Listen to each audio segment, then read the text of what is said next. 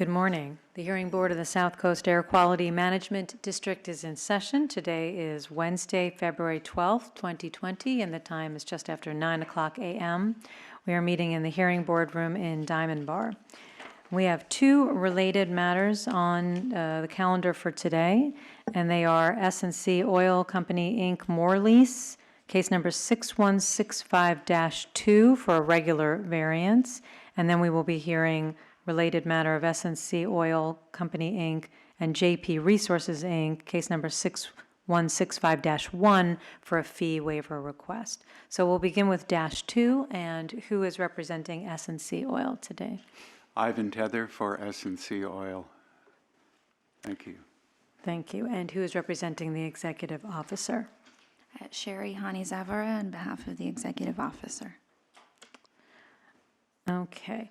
Anyone who wishes to testify or be heard in today's hearing, please rise at this time to be sworn in.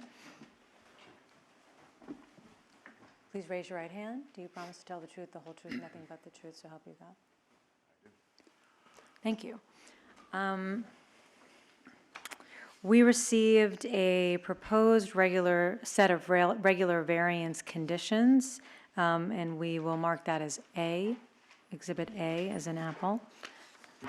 And Mr. Tether, you may begin with your opening. Thank you and good morning, Hearing Board Chair Prussack and members of the Hearing Board. S&C Oil Company, Inc., which I'll call S&C, produces crude oil which is always accompanied by produced gas. Today we request variance coverage for two of its facilities. District ID 63809, known as the Douglas Lease, and ID 40715, known as the Moore Lease.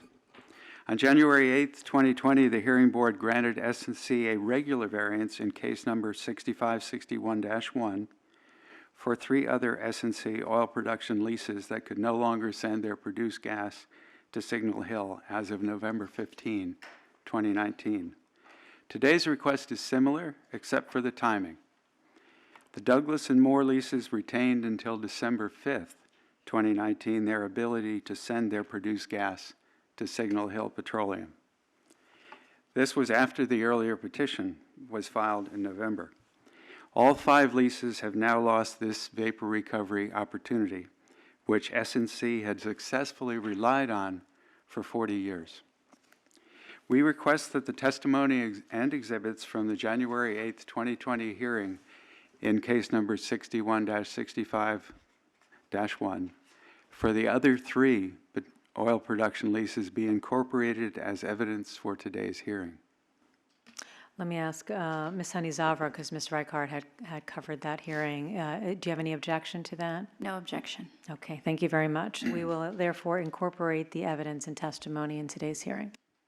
Thank you, Ms. Chair. Note that all five of these leases actually earlier lost ability to send produced gas to Signal Hill on about October 17, 2019, when the turbine at Signal Hill broke down. Access, though, resumed for all these leases after the turbine was repaired on or about November 7, 2019. Despite S&C's maintaining shutdown of its production, there was still potential for small amounts of vapor emissions from process tanks and storage tanks. Now, however, S&C has installed and is operating 3 horsepower electric motor-driven vapor collection and recovery systems at both the Douglas lease and the Moore lease. Montrose Environmental performed Rule 1173 tests for these systems, and the systems are actually now more effective than the prior compliant vapor recovery system with Signal Hill Petroleum.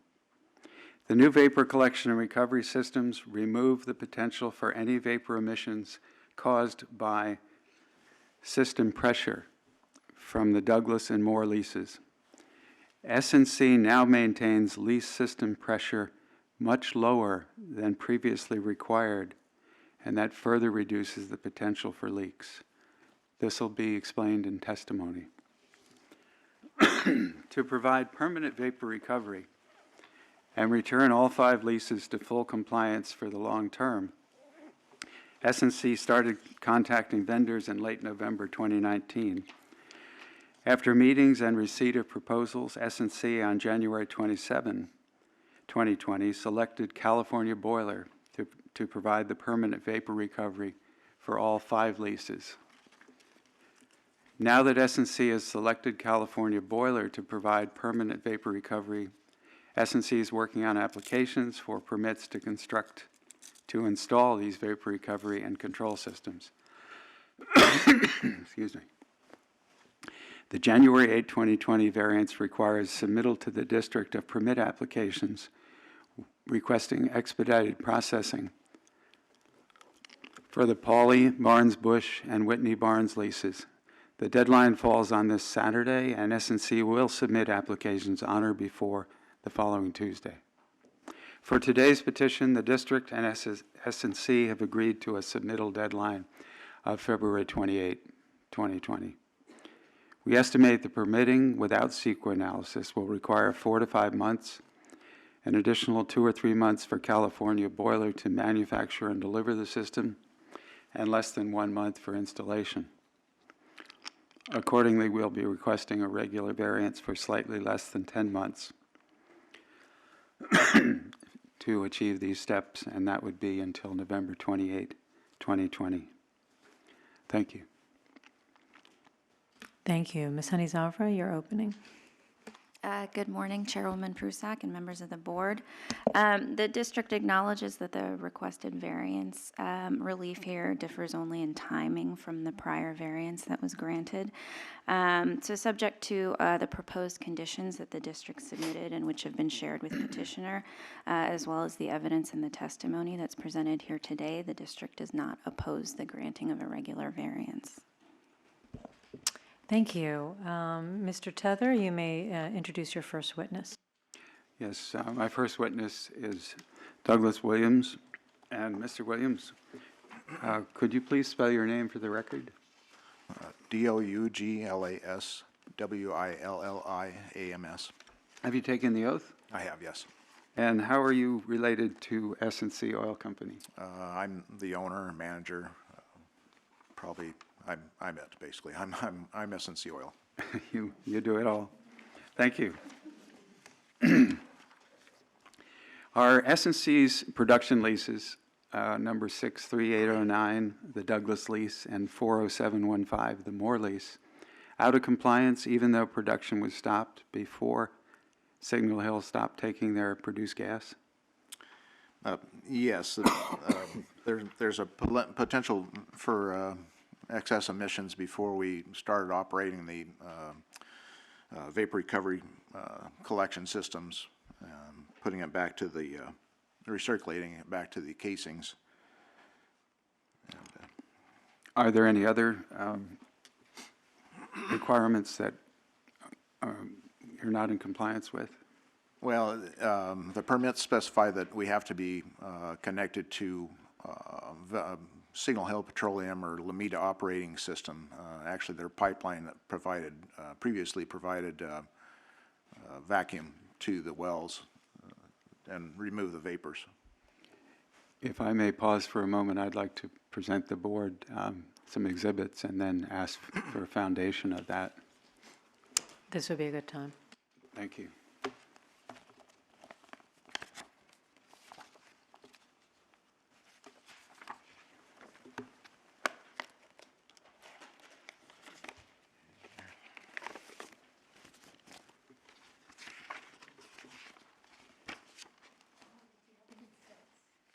Yes.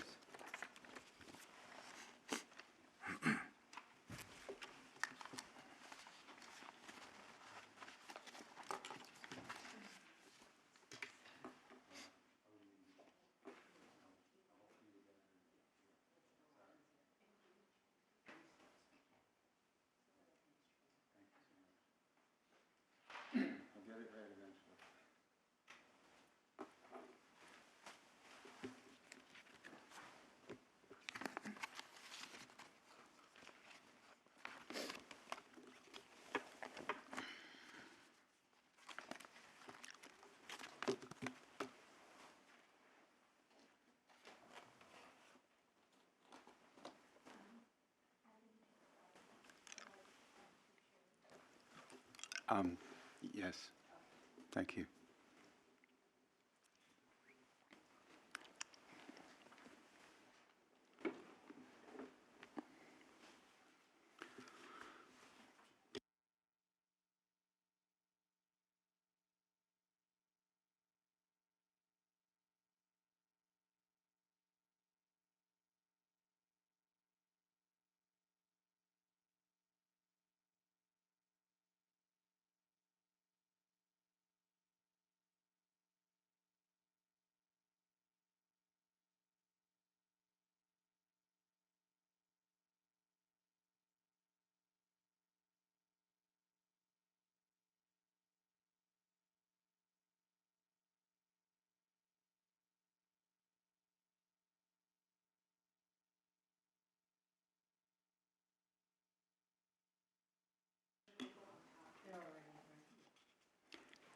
The first exhibit is just a brief.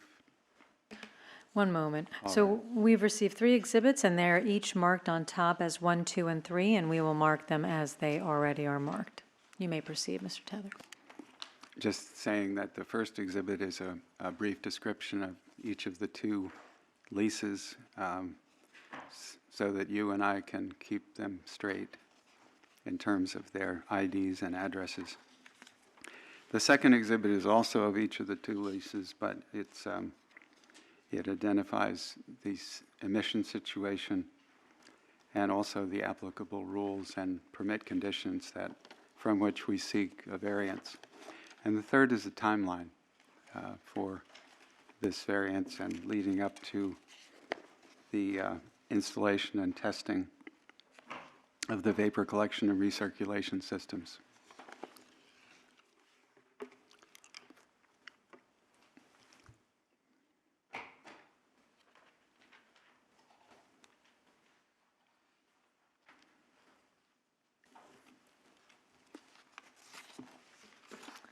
Okay, you may continue with your first witness. Thank you. Mr. Williams, I draw your attention to exhibit number 1, the chart identifying production leases and status. To the best of your knowledge, is this true and correct? Yes, that's correct. Now to exhibit 2, the S&C leases, excess emissions and rules and conditions. Are you familiar with this? Yes, I've seen this. To the best of your knowledge, is it true and correct? Yes, I believe so. Thank you. And then finally, for the moment, to exhibit 3, the timeline. Did you participate in creating this? Yes, I have. And to the best of your knowledge, is it true and correct? Yes. Thank you very much. And now back to testimony.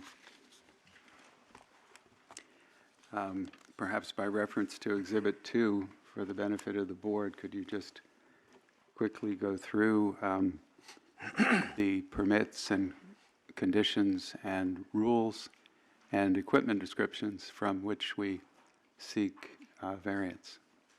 Okay, the first would be the Douglas, ID number 63809. We're looking at Rule 203B, not complying with conditions. Condition number 2, equipment, specifically the vapor recovery system, is not properly maintained or in good operating condition. That would primarily be to the failure with Signal Hill. While oil production is shut down, tanks are required to be vented to Lomita gas gathering, which is in full use, gas sales line, produced gas, Signal Hill. So we, again, we're unable to utilize their line for vapor recovery. Rule 463C, wash tank, shipping tank not vented to vapor recovery. Rule 1148.1D8, not connected to vapor recovery, potentially to vent to atmosphere. Rule 1173D1B, vapor pressure increased, if vapor pressure had increased, could potentially release through tank hatches. In addition, these permitted equipment descriptions state that crude oil shipping tank, wash tank are connected to vacuum line Lomita Gas Company. And that sales line, of course, is not in use for our, no longer able to use for our use in any event. The Moore lease is ID 40715. And again, the same conditions for the most part. 302B, not complying with conditions. Rule number 2, equipment specifically no longer available to vapor recovery system is not properly maintained or in good operating condition. Number 3, while oil production is shut down, the tanks are still required to be vented to gas handling system, which in full use. That system, again, was going to Signal, bless you. No longer able to go to Signal Hill Petroleum. Number 5, requirements, compliance with rules 406.2, 463, 464, 466, 466.1, 1148.1, 1173, and 1176. What that is exactly. A rule 463C, wash tank, shipping tank not vented to vapor recovery. Rule 1148D.8, not connected to vapor recovery, potential to vent to atmosphere. Rule 1173D1B, vapor pressure had increased, potential release through tank hatch. And then the permit descriptions state that tanks are to be vented to the gas recovery line, which is no longer available. Just to touch on it, is there still a significant potential for violation of rules 1148.1 and 1173D1B by escaping vapors? Once we have the vapor recovery compressors installed, they circulate the vapors back to the well casing, and then in some instances back to the tank to where that system is closed, and so we've had it tested, and everything seems like is up to snuff. It's operating as we had planned. So I would say no, we're not. Thank you. Now, is there regular maintenance or inspection schedule for equipment at either of the 2 production leases that remain in noncompliance? Or is that an issue? We're continuing to do our 1173 testing. We had, after we installed the equipment, we had everything all tested and inspected first with a infrared camera to look for any emissions, and then we also had the normal 1173 testing completed. And But is maintenance an issue for this maintenance petition? No, the maintenance was primarily, I think, in this instance, was an issue with Signal Hill Petroleum and their ability to take our gas at the higher BTU than they were able to burn in their generator. Great, thank you. Are either of these 2 production leases, have they been or were they within the last 6 months under variance coverage? Where are we, variance? No, this is the first time I believe we were in for these 2 leases, yes. Thank you. Has the district issued any notices of violation about these 2 leases within the last year? Yes, where are we at here? I'm sorry. Take your time. Over there. Yes, there have been violations.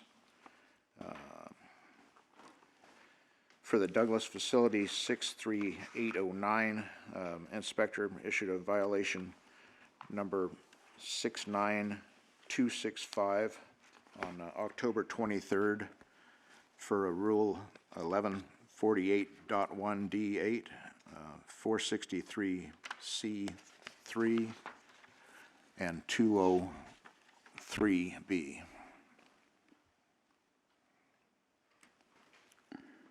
And the Moore facility, ID 40715. Notice of violation was issued P66542 on October 10th for a violation of rules 203B, 463C3, and 1148-1D8. And were these issued during the initial period when the Signal Hill turbine broke down? Yes, that's correct. And nothing since then? Nothing since then, no. Thank you. Has S&C Oil received any complaints from the public regarding any of the 2 leases within the last 6 months? No, we have not. Thank you. Now, are the current violations beyond S&C's reasonable control? This is a longer question, really. Yes, they were due to the shutdown of the Signal Hill operated pipeline and their vapor recovery, that they were providing a vacuum system to us and taking the gas to burn in their generator. Okay. Are there any excess emissions now from system pressure? No, But, there's not. With the utilization of the vapor recovery compressors and the system we have in place, putting it back to the well casings, we're handling the vapors from the tanks. What did you do after you lost ability to send produced gas to Signal Hill? Well, we shut the wells down. That's the first thing we did. That was a substantial decrease in any emissions for sure. We were alleviating the throughput of the wells through the tanks. And we started looking for solutions. One of our neighbors was utilizing a vapor compressor recovery system like we installed. So we immediately ordered some compressors and got that system going. Additionally, we have looked into and actually contracted now with a company to provide units to destroy the gas and vapors from the tanks. Okay, so this temporary system, could you tell us a little about it? Okay, basically, previously Signal Hill Petroleum was providing a vacuum to the wells through a pipeline, and they have a gas plant that they operate, as well as a turbine generator, and they also have a system to put the gas back into the city line. So they were providing a vacuum, and that was I guess a service to us. And once that went away, we have installed the compressors basically, and they provide a vacuum, as was Signal Hill. So the systems on the tank work pretty much the same as we were doing before, with the exception we're able to operate a lower pressure on the tanks. So Signal Hill Petroleum required 0 oxygen in their system, because that was another thing they would have to take out of the gas once they received it.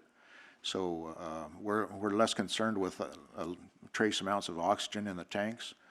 The system was operating prior at a range from 2.5 to 3 inches of water column, and now we're able to operate at 0 inches to a ½ inch of water column. So it's a substantial increase in I believe that potentials for leaks. The control devices, the hatches have a pressure setting for emergency purposes, so you don't overpressure the tanks, and have a shifting or a collapse or something like that. In addition, there's a control device, pressure sensitive, and those are normally in the 4 inches of water column range. So operating at 3 inches versus a ½ inch is a substantial benefit, I would believe, And it was actually Jaime Pena, my man on the field, that pointed that out. He said we could operate these at a much larger pressure. So we've done that in addition to installing the equipment. Okay, thank you. Could you have anticipated this problem after 40 years of, No, and no, it really hit everybody by surprise and hit us very hard. It's, you know, we had no idea that they would be shutting down, or having this problem with the high BTUs to where they would no longer take our gas. thank you. What would be the harm to SNC if immediate compliance was required?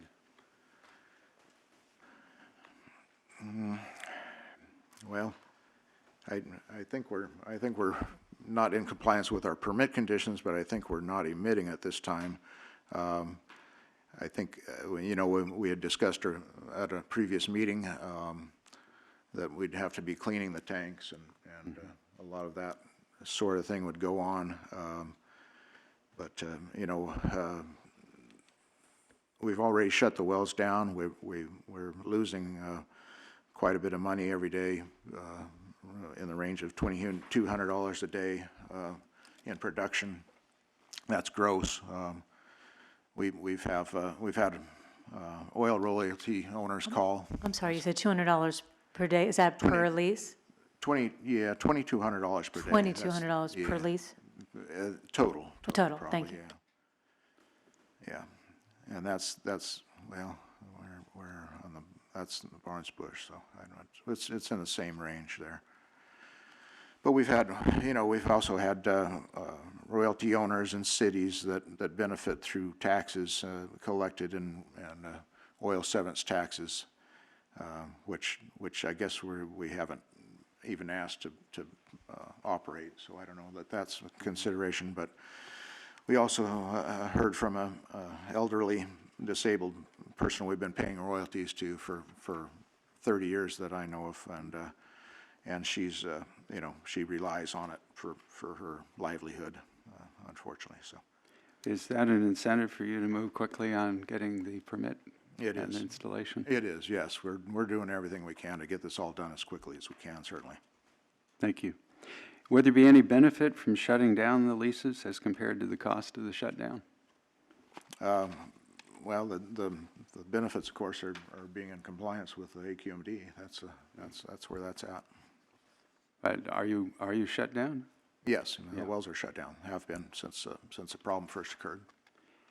And I was wondering, does the vapor collection and recirculation system deal with the problem that would have otherwise might have required cleaning the tanks?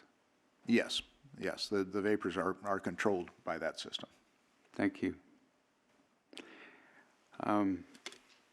And I have to ask these questions because they're part of what the Health and Safety Code requires for the board.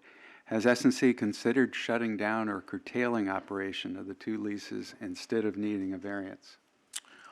The wells are shut in now, yes. But you still need a variance, as you said. Yes, we need a variance on the other conditions, one of them being that we're connected to the Signal Hill or Lomita operating pipeline, so, and some of the other conditions such as that. Are you reducing emissions to the maximum extent possible? Yes, I believe shutting the wells down and operating the vapor recovery systems that we have, I believe we are. And how will you monitor emissions during the variance period? We have a checklist I made up for the operator. He's checking the tank pressures every day and checking the system, the vapor recovery system, and making sure that that's all operating properly, as well as noticing any odors, which has been under control as well. Thank you. And how will you return the leases to full air quality compliance? I think you touched on that already. Yeah, somewhat. We've contracted with California Boiler. They're going to provide us with assisted, very low emission flare, thermal oxidizer type unit. Has a blower and controls, and they have given us guarantees and other information now for the permit process. So we have an engineer working on the permits right now. for the submittal. I think you may have touched on this, but are there any excess emissions at this time? We had the testing done, and we'd had no significant problems there. How does, and I think you also compared this system to the old system. Of course, you've shut down oil production, but how does this compare to sending the vapors, the tank vapors or other things off-site? And you talked about the different pressure. Yes, we were able to decrease the pressure due to the air requirement that was imposed by Signal Hill Petroleum. And additionally, we're able to produce a little more vacuum than their system provided at times, so it'll get the vapors off the tanks quicker. So is there a decreased possibility of releases or leaks? Yes, in my belief, there is. Thank you. And appreciate your testimony, Mr. Williams. Thank you. I'd like to, well, now you all get to ask him questions, and I'd like to introduce a second witness just on the testing of the new system. Okay, thank you. Ms. Honey Zavra, do you have questions for Mr. Williams? Actually, no, all of my questions were answered during the course of the testimony, so for now, I don't have any questions. Thank you. Mr. Williams, are you saying that you no longer require variance relief from 463, 1148.1, and 1173, and only the permit conditions? I don't know if that would be totally accurate.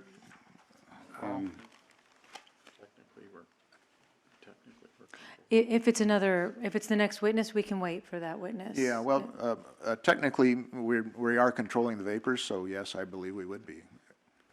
Okay, and I don't know if you wanted to take a moment and discuss with Mr. Tether, or, I don't know. but, Just take another look at the language, just to be safe. would you like to Thank take a you. moment? Yes, just a moment. Okay, we'll go off the record for a moment.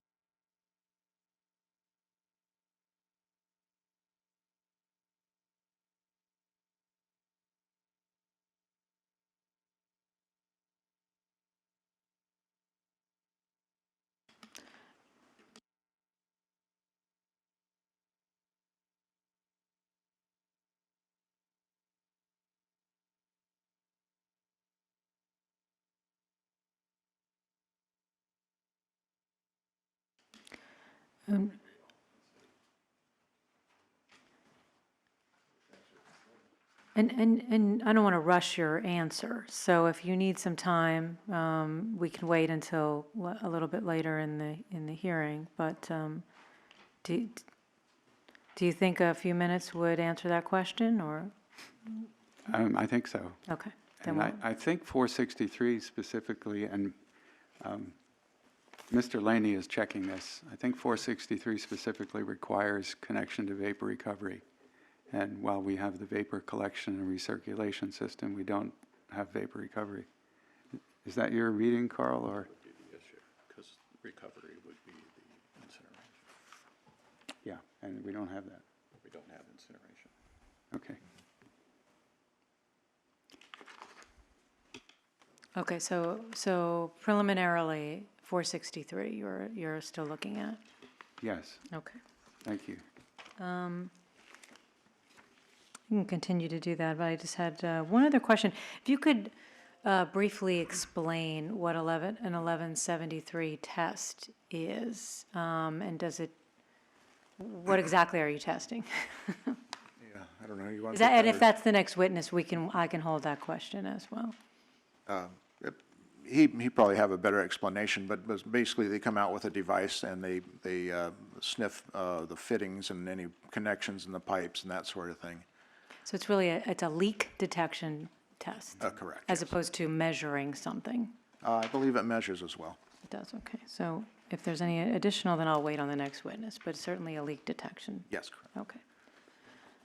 Okay, board members, other questions? Ms. Verdugo Peralta? Thank you, Madam Chair. On exhibit number 2, in reference to Rule 1148, 11.1D8 and 1173D1B, where you've stated that there was potential for leak.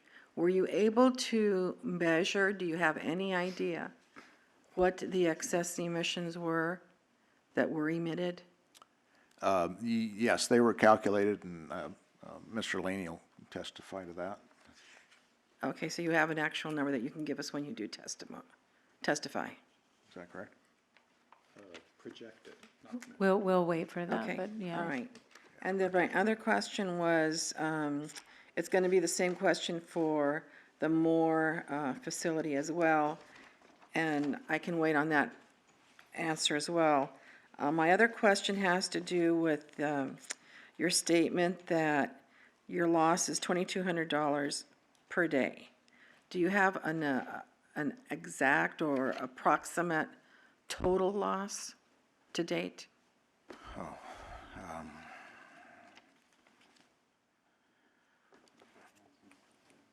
Yeah, right. Yes, we can shut the wells down around December 5th, so we're at 3 months now.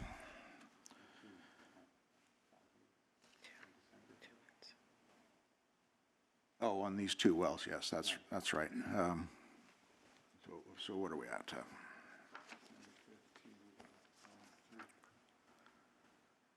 February. A little over 2 months. A little over 2 months, so let's say 60 days.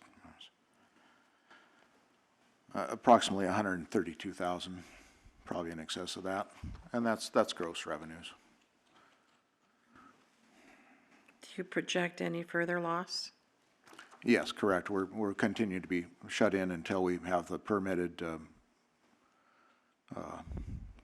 devices, the equipment to handle the gas will be shut in until that time. And that's going to be approximately when?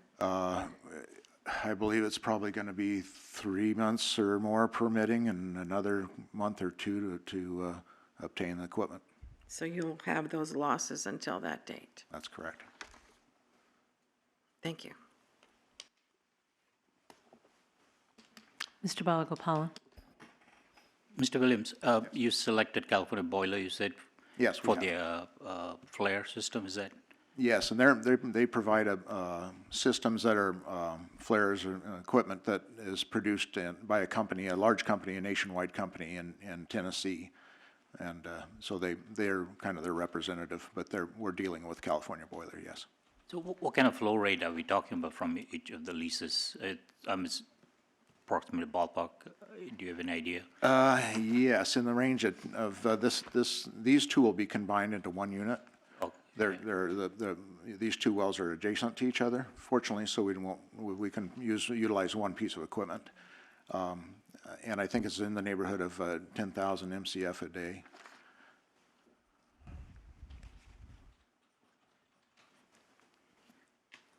And so there's no recovery, you're going to be combusting it and, That's correct. Unfortunately, there's not, we've checked into different options as far as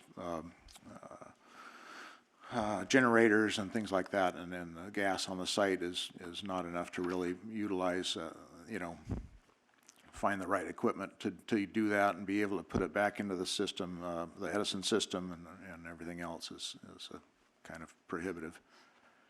now, I think in the past you mentioned you had an engine running at one of the leases. We have a thermal oxidizer unit running currently. That's a portable, but prior to that, you had an internal combustion engine that you were using to combust those? Oh, yes. It's actually an engine that sits on the pumping unit of the well, and it operates the pumping unit. And so we are utilizing those on a couple of locations, yes. Oh, that's still in use?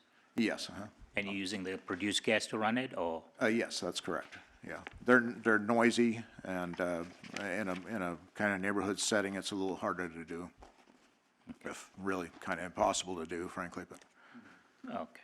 yeah. Is that why in some places you've taken it, removed it, you said?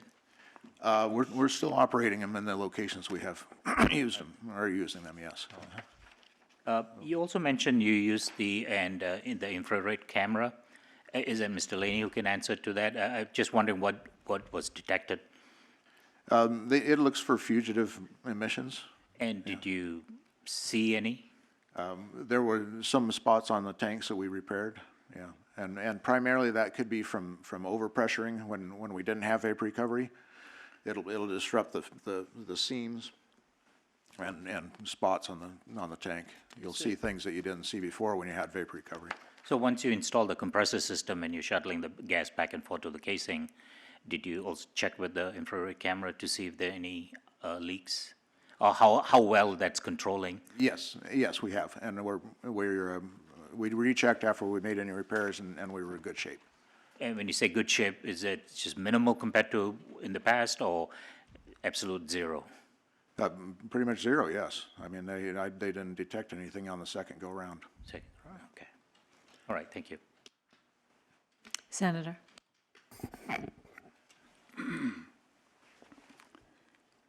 On December 5, you stopped production.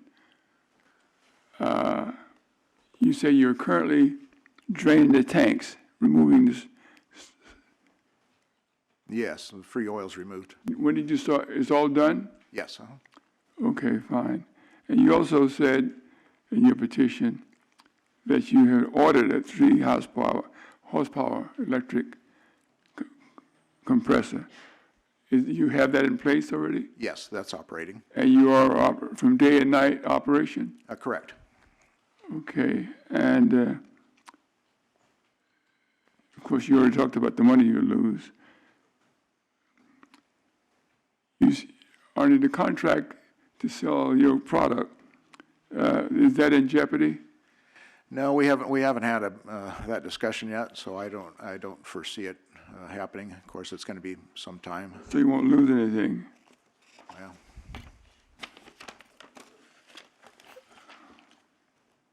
Are you requesting a variance until the request of variance is to allow S&C to restore prudent level of operation until an emission control system can be designed and installed. Is that what you put in your petition? On page 10, no, I think third paragraph from the top.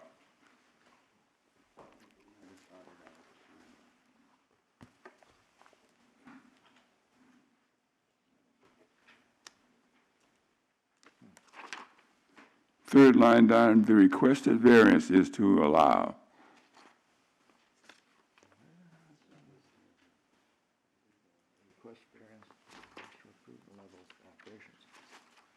Oh, I didn't notice that was in there. We have no intention of operating the wells until we have a unit in place that can handle all the gas and vapors. You selected California boilers to provide the system, is that correct? That's correct. And did you testify that it's going to take maybe 4 to 5 months to get to? That's correct. We have permitting, and then we have to order the equipment. I think the order time on the equipment is 10 to 12 weeks. Okay. Is and what they've you- quoted us.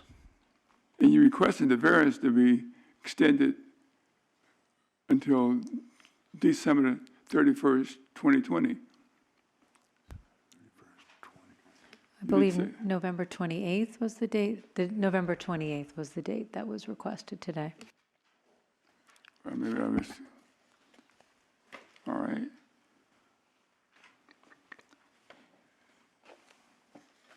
Have you seen the conditions? Yes, I have. Condition number 1.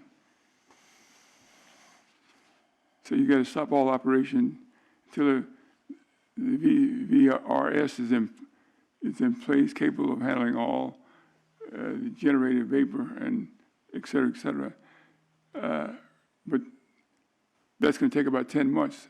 Is that correct? Yes, it could. Then number 2, you take care of the leaks. That's okay. Number 3,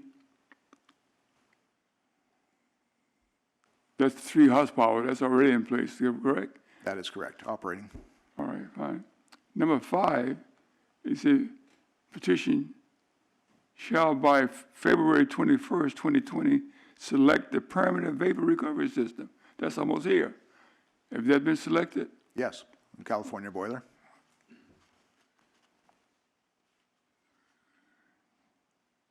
The system, not the vendor. System and the vendor. Yeah, the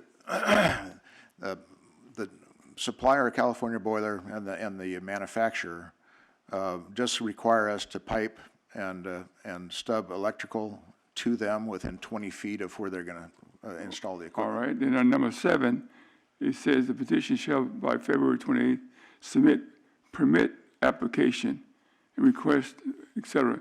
Would you be able to do that? We're working towards that goal, yes. Okay, fine. Well, thank you very much. That's all I have. Thank you. Mr. Balagopalan, you had a follow-up?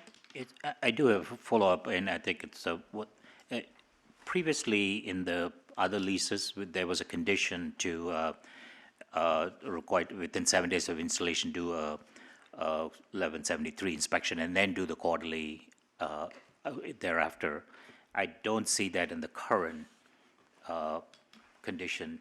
Yes, it was removed because once we installed the equipment, and the equipment's already installed, we did those testings already. But, or at this site also? Correct, yes. You have done that already? Yes. Uh-huh. Oh, okay. All right. Thank you. Mr. Williams, is it you or perhaps the next witness? I just want to understand briefly the difference between, because I'm a layperson, vapor recovery system, the permanent fix, and what is now this 3 horsepower collection and recirculation system. Just basically, what's the difference? Why is what you have in place not good enough as the permanent fix? Really, we believe that is going to be enough for the collecting of the vapors off the tanks. So that system is going to remain in place. The only thing is we're going to have the emissions from the well as well as the tanks, and we have to do something with that gas. So the permanent fix is for when you start operating and you'll have additional vapors and it can handle that. That's correct, as Okay. well as the well produces some gas in addition to oil. Okay, but it is your position today that anything coming from the tanks, with the sites shut down currently, all vapors are being handled? Yes. Okay. Anyone, Senator? On page 13 of your petition,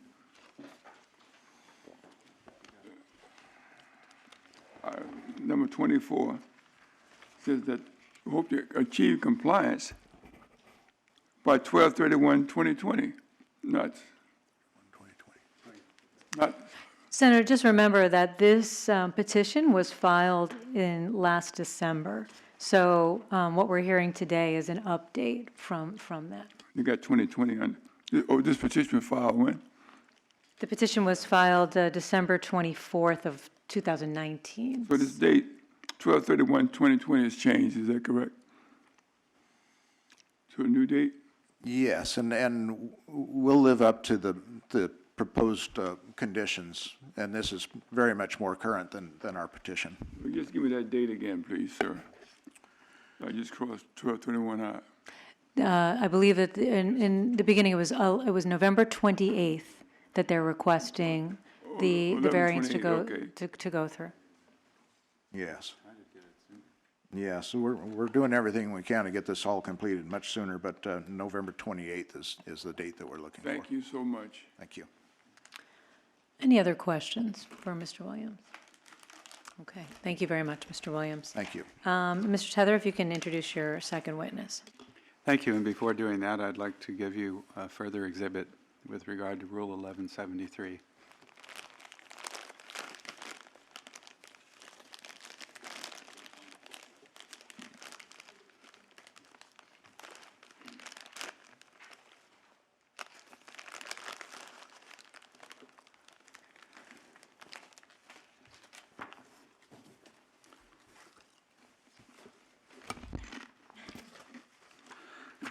Excuse me.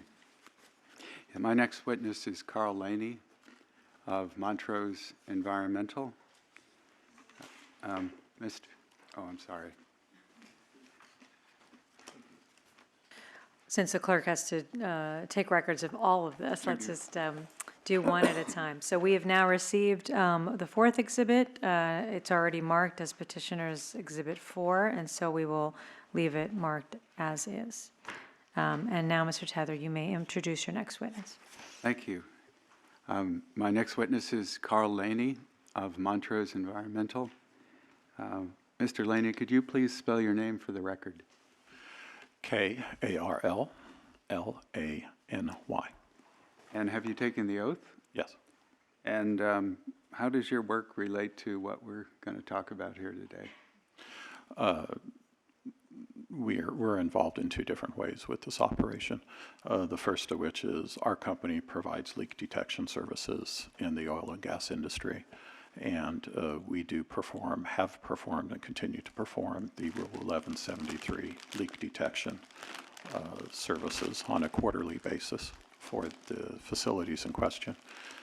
We also prepared emissions inventories to reflect anticipated excess emissions at the time the petitions were filed, but have also looked at the inventories again, knowing now that we do have collection systems in place. Thank you. And I draw your attention to Exhibit 4. Could you describe this?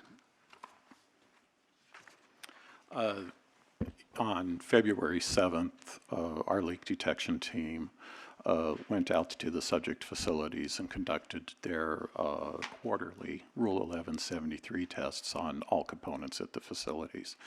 They added to their inventory to test any of the new components that are involved in the collection system that has been installed temporarily until the permanent flares can be installed. Let me just interrupt if I may.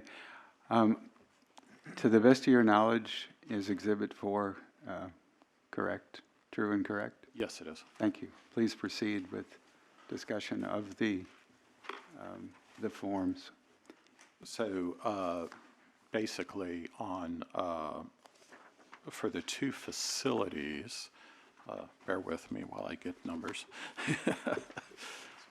For one of the facilities, in total, we inspected 133 devices, including the new components for the collection system. We found 0 leaks. For the other facility, we inspected approximately 120 components, and again, including the new components for the collection system. And in that case, also, there were no leaks detected. Was the first system the Douglas lease? The first system was, yes, Douglas. 63809? Yes. Thank you. And the second the second lease was the Moore lease? The Moore lease. 40715? Correct. Thank you. Please proceed. So in the test process, again, this is the methodology provided for in Rule 1173. Technicians go out with a portable analyzer. It's subjected to periodic calibration and quality control as specified in the rule. The technicians place that analyzer over identified components that could leak: flanges, valves, compressors, pumps, anything that could potentially leak. And it determines, number one, is there an organic leak? And it does have the capability also of identifying concentrations. Those results are reported to the district quarterly, and in many cases, those concentrations, when there is a leak, are used to calculate and report annual emissions to the district.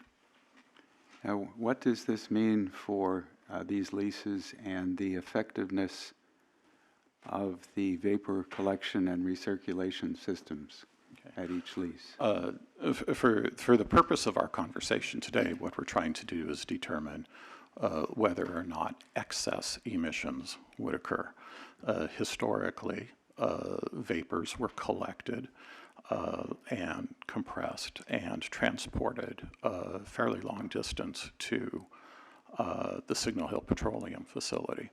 So there are two components to the whole process, one of which is how effective is the collection process. But in the normal circumstances where you have an ongoing operation, you have to do something with those emissions, and that typically involves combustion. So at the back end of the process with combustion, there's also an assumed efficiency for excess VOCs that might occur because of incomplete combustion of those collected gases. So for the purposes of our discussion today, determine are there excess emissions, it really comes down to is the collection system and basically the storage system that we have in place equivalent to the old collection and combustion system that was in place. We're not combusting today. So instead of having what could be over a mile-long pipeline at a high pressure with multiple connections and components that could leak, we have a much shorter system, probably less than 100 feet in all cases. It's a very fixed system. It's very static. We don't have production going on. We are simply pushing, in essence, in a closed-loop system, emissions from one container to another container by ensuring that the process's flow is set to occur at a very, very low pressure and a pressure that's much lower than the pressure relief valves of the tanks. It helps also to ensure that the vapors are continually contained, at least until such time that the flare is in place, and then production would resume. Thank you. Do you have anything else to add? I think that... The initial tests show that there are no leaks in any of the components. It will be subjected to quarterly monitoring by the independent leak detection company. On a daily basis within the facility, the operators are checking the pressure of the vacuum pump versus the pressure of the release valve to ensure that the vacuum pump is more sensitive than the release valve to keep the vapors controlled. And I think they're also doing visual inspections for leaks also. So all things considered, consider the static nature of the pipeline itself, the static nature of the operations, the monitoring. By all accounts, it is as effective, if not more effective, than the prior collection and recovery system. Thank you very much. Ms. Honey's-Alford, do you have any questions for the witness? Trouble with my mic. Okay. I guess just one quick question. Are the inspections that are going to be performed the same as the inspections that are performed on the tanks that were, or the leases that were the subject of the prior variance? So the same types of visual inspections and? Correct. Both the regulated program, Rule 1173, applies to all facilities, and that's mandated through regulation, and it's also repeated in the conditions, I believe, and the daily oversight applies to all sites equally. That's all for now. Any questions for Mr. Laney, Senator? When's the first quarter of 2020? Yes. For the first quarter 2020? It hasn't come and gone yet. No, Rule 1173 requires one inspection per quarter. In the case of these facilities, because we knew that additional components were coming online, rather than making the technicians go out and inspect a subset of new components on a separate date, we inspected the entire facility, including all components, on February 7th.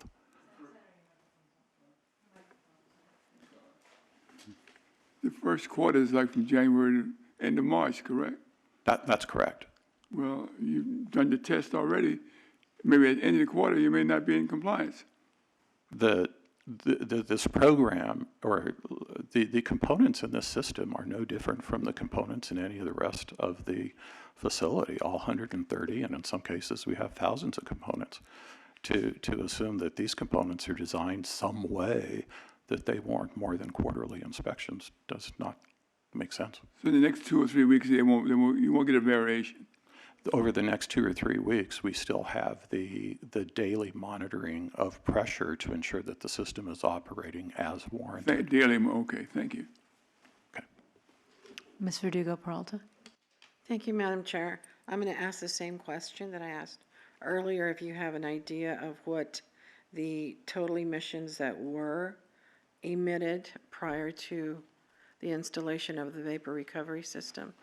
Prior to the installation of the vapor recovery system for these two facilities, we would have assumed approximately 9 pounds per day total. That's reflecting the absence of production and the absence of vapor control. Today, in the presence of vapor control, our emissions are approximately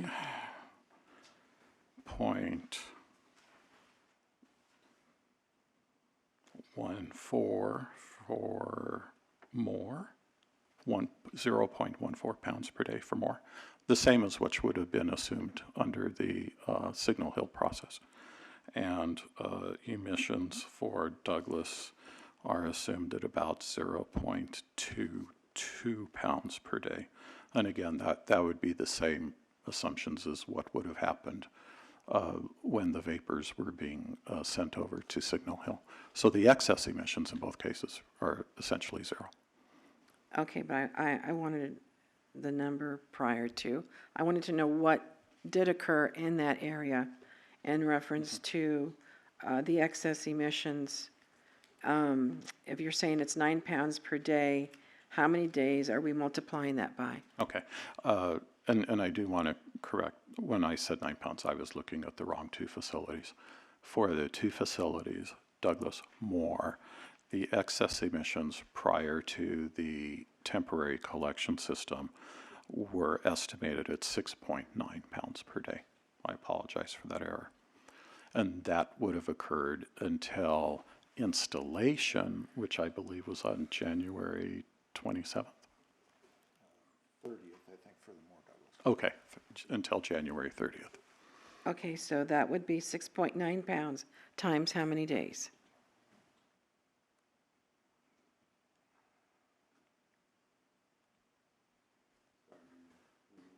October.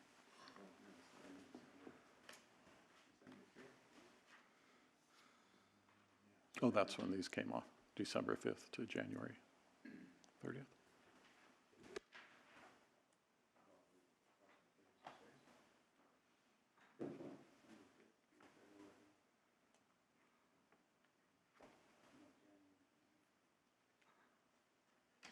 If it's December 5th, it'd be about 56 days, is that correct?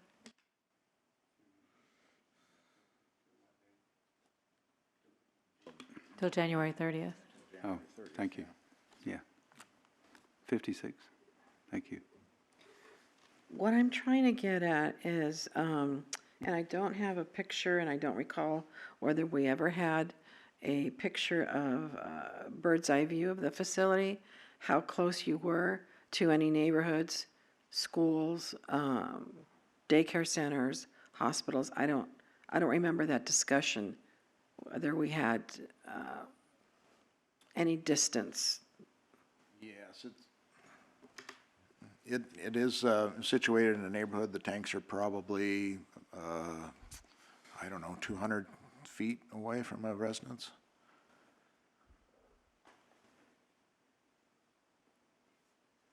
Okay, and those notices of violation that you received, were they a result?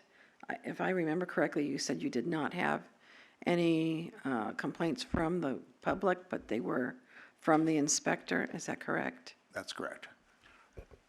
If I may, the 6.9 pounds that we spoke of, those are average emissions over the course of the year. I'd like to remind the board that average emissions take into consideration both the cold average temperatures of winter and the high average temperatures of summer. So given that we're talking about December and January, the numbers are lower than that. And as I recall, in the tank output, we're probably talking maybe 85% of the numbers we're talking about today. Because these incorporate August, September operations also. Thank you. Mr. Balagopalan? Mr. Lenny, have you, let me go back to the infrared camera. So you did use the camera to detect any leaks of the components before and after the compressor unit was installed? I don't know that they used the camera to detect any leaks prior to the installation. The camera was used as a management tool to inform relative to the new equipment and as it was being installed. So who operates the camera? Is it the staff on site? Our technicians operated the camera too, but it was not part of a regulatory reporting program. No. Yeah, It was a but management tool. Right. So after the compressor was installed, they did not detect any leaks or see any through the infrared camera? My understanding is that that is absolutely the case, that they did not see anything, but I was not there. If they did, it was corrected during the construction process itself and prior to our conducting the Rule 1173 test. And have this report been shared with compliance staff yet of the South Coast AQMD, this 1173? The 1173 report, I do not believe has been filed yet. So because it says the report date is 4/30, so that's when you, so it's a quarter plus. That's protocol for the way the district has us date the documents. That's the report submittal deadline. For the first quarter. Okay. And then you calculated the excess emission. So the excess emission calculated is when normal operation, let's say if it was going to the sales line or the low meter line and the control over there, and the difference without that control is the excess emission. So initially when you calculated, it was without the compressor being in operation. That's correct. And We compare our calculations to the assumed emissions with the Tank. Signal Hill process in place. And when we provided you with the 6.9 pounds, that was the delta between our estimated emissions for tank vapor loss and the emissions that would have occurred, because there would have been emissions with the Signal Hill process in place. Now we've recalculated again, and the values are basically equal because it comes down again to what's the practicality and the effectiveness of the constructed pipeline and the new closed loop system. Okay, thank you. Mr. Laney, do you have a position on, or an opinion on whether you still require variance relief from the various rule sections? No, we're not talking about the permit. On Rule 463, I am having a hard time with it. Rule 463 defines vapor recovery as being required without defining it. I believe the presumption was that vapor recovery includes destruction. So if that is the definition, then I believe we still need it because we are not destroying on a daily basis. Ultimately, we will be destroying, but we're basically storing at this point. And I will see if maybe the district has an answer more clear. And 1148. On 1148, it seems to be more liberal. 1148 D8 allows for two options, and one is worded pretty generally, and it just says an independent system to collect. So we may be okay on 1148. Okay. The And does it matter the fact that because of the conditions of the variance, you would have to be shut down? But if you were not shut down, you would not have a system in place to control all the vapors, and perhaps that's the reason why you still require variance relief. We are very comfortable with the collection system for the properties as they sit today in a very static mode. Right, but only because they are shut down. Only because they are shut down. Okay. The primary, the permit conditions clearly specify that the vapors are shipped to Signal Hill, and we certainly cannot do that. On the rules, I welcome comments from anyone who.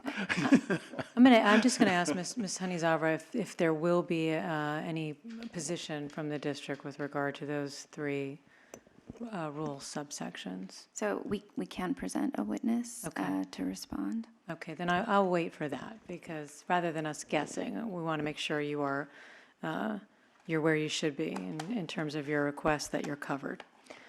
Okay, anyone else have any questions? Ms. Verdugo Peralta? I'm going to go back to the estimated $66,000 of loss per month is what I estimated based on what you gave me as 132 for 2 months. So if I estimate times 5 months, you're at $330,000 of loss. And my question goes to viability. Are you going to be able to sustain the company while having to also bear the cost? It's a hardship. It is a hardship. We have one lease. We're operating with the rental unit, which is expensive. First 3 months, I think we spent $180,000 on the rental equipment. But we are able to make a profit with that, and we're looking at 3 units at $81,000 for the new flare units. One unit at about $134,000 that we're going to invest in for the 4 sites. So it's. Is your answer that you're turning a profit, but that is considering the other leases that are not subject to today's That is hearing? correct. I'm sorry. Okay, so, but, which is a good answer, however, just to be very clear on the record. Yes, on the record, no, we're investing in this equipment on this one site to the tune of $80,000 plus electricians and plumbers, and we're maintaining equipment. We're doing everything as if we would be producing the oil, with the exception of downhole pulling costs and things like that you wouldn't have normally, in production, and electricity costs. That's really the only hard cost we're not paying. So there are still costs associated with just having the wells sit there, of course, but. Okay, so the wells that you're talking about, are they going to be permanently shut down? Or are you trying to get them going again? We're hopeful when we get the equipment permitted through the district and on-site and operating, that we'll be able to operate the wells again. All of them? All of them? Yes, all the wells, yes. Well, the 2 that we're talking about, yes, today, and the other leases as well that we're having the same trouble with. Okay, the reason I'm asking is that, and I don't know that you would fall into that category or not, but when a company does shut down equipment and/or a facility like that, there are emission reduction credits that are available. So I don't know whether you would qualify for that. That's why I'm asking the question, whether you're going to bring them back online or not. If you are going to, then obviously not. But if they are permanently shut down, there's a possibility. I see, okay. So that's why I was asking that question. Well, thank you for bringing that up. I'll discuss it with Mr. Laney. Yes, thank you. Thank you. Any other questions for Mr. Laney or Mr. Williamson? Okay, we're going to take a short break, and the reason why I'd like to make it a short break is we're having a hard stop today at 11:25, and so if we're not done, we have to go through a lengthy lunch because I have a meeting that I need to attend at 11:30. So let's take a 10-minute, a little more than 10-minute. We'll go. Please come back at 10:30, and at that time, I think you're done, Mr. Tether, with any Everything but witnesses. closing, yes. Okay. Ms. Honey-Zavra? I think this is broke. Oh, there you go. So, just for clarification, the outstanding question is, does Rule 463 sub C and 1148.1 D8, do they still need a variance from those two rules? And I suppose 1173 D1B as well. Okay. And we can come back with that, correct? Okay, so let's take our 10-minute break until 10:30, and we'll come back with the answer to that question and more. We're off the record.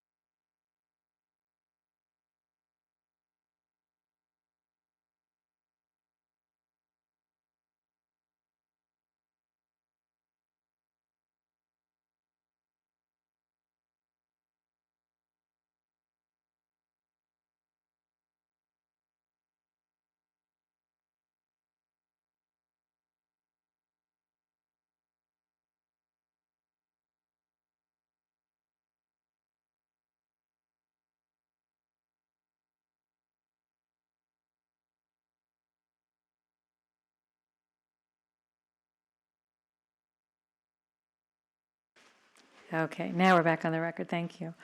Ms. Honey Zavra, you were going to introduce a witness. Okay, so I just want to preface this by saying part of this testimony will involve a little bit of rule interpretation that we're kind of doing on the spot. So we'll run through it as best we can. I want to introduce first Adam Tavasolian, our air quality inspector. Please state and spell your name for the record. Adam Tavasolian, ADAMTAVASOLIAN, And what is your position here at the district? Air Quality Inspector. And did you take the oath today? I did. Oh, Air Quality Inspector 1. Okay. So the question was posed before the break, whether a number of rules and subsections whether the facility still needs a variance from a number of the rules and subsections. So we'll go through them bit by bit, or one by one rather, starting with Rule 463. And I think what's at issue here is subsection C. Are you familiar with the rule to start? Yes. Okay, so you prior to this, you issued a notice of violation for a violation of 463 C3C. Is that correct? I believe it was C3. C3. Okay. Can you explain why that particular notice of violation was issued for that section? Yeah, so it was issued because while I was on site conducting my inspection, there were leaks on tanks on both facilities, which violated Section 3A. And in addition, they were not operating under vapor recovery at the time of inspection, so they violated 3C. Okay, so at this point in time, with the temporary system in place, are you under the impression that the facility is in compliance with this particular section? Yes. Okay, and on what basis do you believe they're in compliance? On what basis do you believe they're in compliance? I believe they're in compliance because with the new temporary vapor recovery system, it is a closed loop system, which without the wells being operated, it's, I would say, over 95%. And with that system in place, there should be no leaks above the threshold of vapor tight. Does this opinion depend at all upon the facility's confidence in the temporary recovery system? I would say yes. If for some reason there was an unexpected occurrence or something happened with the temporary system, then they would not be in compliance. And I also, I want to make clear, I guess, I don't know if this is going to be a question or a statement, that a lot of, does this depend on what the definition of a vapor recovery system is within the rule? Let me rephrase. You know what, scratch that question. Scratch that question. We'll go to section 1148. Okay, so the facility is asking for a relief from 1148D8. Are you familiar with this particular rule in this subsection? Yes. Okay. And when you issued a prior notice of violation, or the two notices of violation for the Douglas and the Moore leases, on what basis did you issue those notices for? I issued the violations on the basis that they were not collecting and controlling the produced gas in their operation. And are you under the impression now, with the temporary system in place, that they are in compliance with this particular rule? Yes, with the temporary system in place, they are in compliance with the rule. And again, okay, and again, on what basis? On the basis that it satisfies 8A, and they're handling the produced gas in the tanks through underground injection into their well casing. Okay.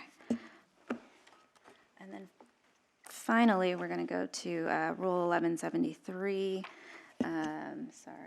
subsection D1B.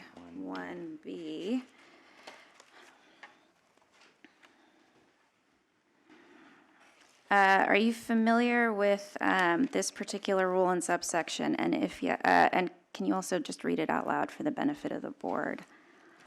Yes, I'm familiar with it. It states that The operator of facility subject to this rule shall be in violation of this rule if district inspection detects any, section B, leak greater than 50,000 ppm from a component in liquid, gas, or vapor service. And is the facility in violation of this particular section at this time? At this time, they're not. With the temporary system in place, they should not have any leaks, as well as they submitted the 1173 report that showed that they didn't have any leaks in the facility during their quarterly inspection. Okay, if that makes sense, I can turn it over to you guys to ask questions or to, It does. I'm going to ask Mr. Tether if he has any questions. I think really just the first 463 and its reference to vapor recovery. I tried to distinguish what is in place at S&C by calling it vapor collection and recirculation, and have always connected vapor recovery with destruction or beneficial use. So I'll just make that comment. I understand what you're saying and appreciate your analysis. If you have any response, that's fine, but I just wanted to make that comment. I think again, this is like a rule interpretation on the fly. And I so think can't- I think what we could do is we could, if we grant the variance, we would grant it from 463 only as far as the system in place if it does not qualify as vapor recovery under the rule. And that way we qualify it, if that makes sense. Mr. Balagopalan? Sorry.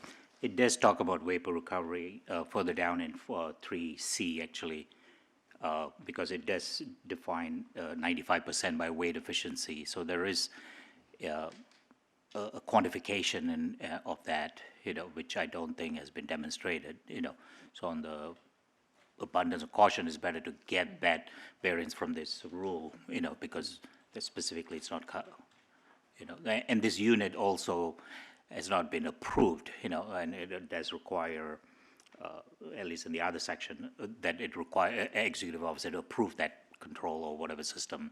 I know it's been put in place with the order, but not specifically approved the executive officer or separate permit application submitted for that, So I think on the abundance of caution, it's better to get coverage for all these three rules, which I think would apply.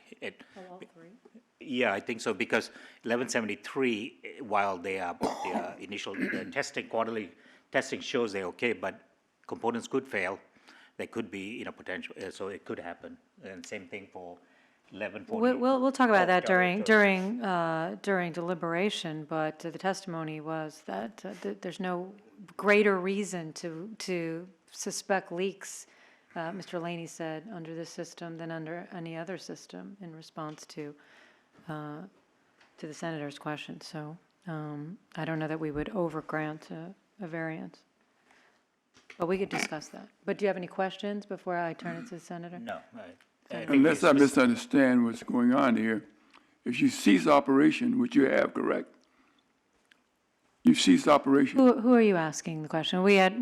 Yeah, they ceased operation, correct? Wait, hold on. Let me just make sure. If they are, Mr. then- Wait, Mr.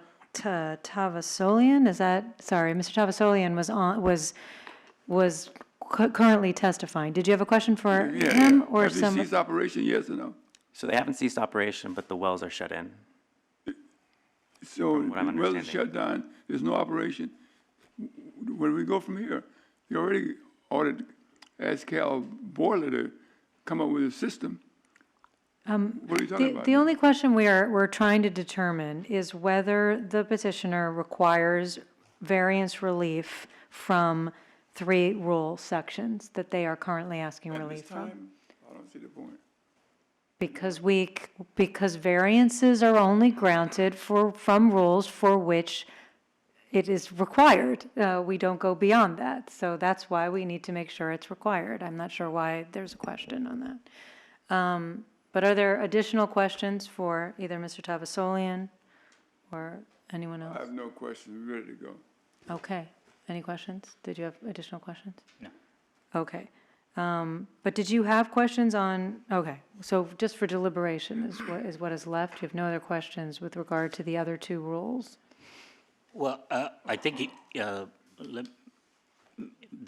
inspector made the assertion that he thought they're in compliance with 463(3) because of 3A because of the vapor recovery system, but I think if you look further, there's a specific definition of what's vapor recovery and so forth, and I don't think that criteria is met with the current system, so. That understood, but I'm wondering, 11, did you have any other questions before we turn to deliberations with regard to No, I think 1148.1? I believe you're going to each rule in turn, right? Or You already did. 463, 1148, or, We just went through each one. okay, then let me Did you- go to 1148.1 then, you know.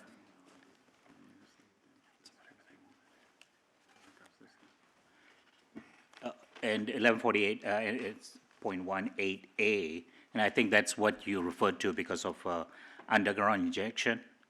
Now, I believe Mr. Williams said it's injected to the casing. I'm not sure, that's considered, underground more going much deeper, or, do you have any opinion on that? I guess it's just under interpretation from just what I've talked to with my team. We've come to the conclusion that that was considered underground injection. Because as long as it's going back It's into going the- back into the into casing underground, yeah. So the rule does allow, because it's either that or the control of 95%, so Correct. with that. So under 1148.1, potentially, then, because they're injecting underground, you're saying they should be in compliance with that rule. Correct. Okay. And then, if we go to 1173 then, and I think it's D1B, leak rate, if the district detects any leak greater. So currently, I mean, from the quarterly inspection they did, it's not showing any leaks greater than 50. But, and you have experience with this, have you seen quarterly, sometimes in one quarter they may be okay, in the second quarter they may have some leaks? Yes, I've seen that. They've seen that, right? So it's no guarantee that just because one quarter they pass, the subsequent quarter they would not, would also pass. Correct. Thank you. Then I would have a question then for petitioner, and that is it your position that there are no excess emissions, or is it your position that there are potential excess emissions to be determined? Because I think that the scope of the variance and whether we would include 1173 would be determined by your position on excess emissions. It is our position that there are no excess emissions. Okay, then we'll talk in deliberation, but I do not believe we would grant a variance for leaks if the position is there are no excess emissions. But we'll allow the petitioner to determine what they're looking for or what they're requesting. Are there any other questions for Mr. Tavasolian before we move on? Okay, thank you, Mr. Tavasolian, for that testimony. Ms. Honeyzavra, did you wish to present any other witnesses? No, not at this time, thank you. Okay, then I'm going to ask if there's any member of the public who wishes to be heard today, and there's no one present, so the answer is no. Mr. Tether, if you'd like to give your closing. I think I can be pretty brief. S&C is maintaining shutdown of its oil production as required by Condition 1. It is operating the electric motor-driven vapor collection and recirculation system that you've heard a great deal about. And given that it is no longer required to maintain the system-wide pressure of 2.5 to 3 inches equivalent water column, it can maintain the system pressure much lower so that the potential for leaks in this particular circumstance may actually be less than it was when they were connected to the compliant vapor recovery off-site sending of the produced gas. And so we respectfully request a regular variance for a bit less than 10 months until November 28, 2020 to cover the different steps that have been articulated of permitting and construction and installation. Thank you. We appreciate this opportunity to appear and present our case. Thank you, Mr. Tedder. Ms. Honey-Zavra, your closing. Good morning, Chairwoman Prusak and members of the board. Again, subject to the evidence and the testimony that you heard today and the conditions that are before you, the district does not oppose the granting of a regular variance. Thank you. Board members, would anyone wish to begin deliberation? Okay. Then I will.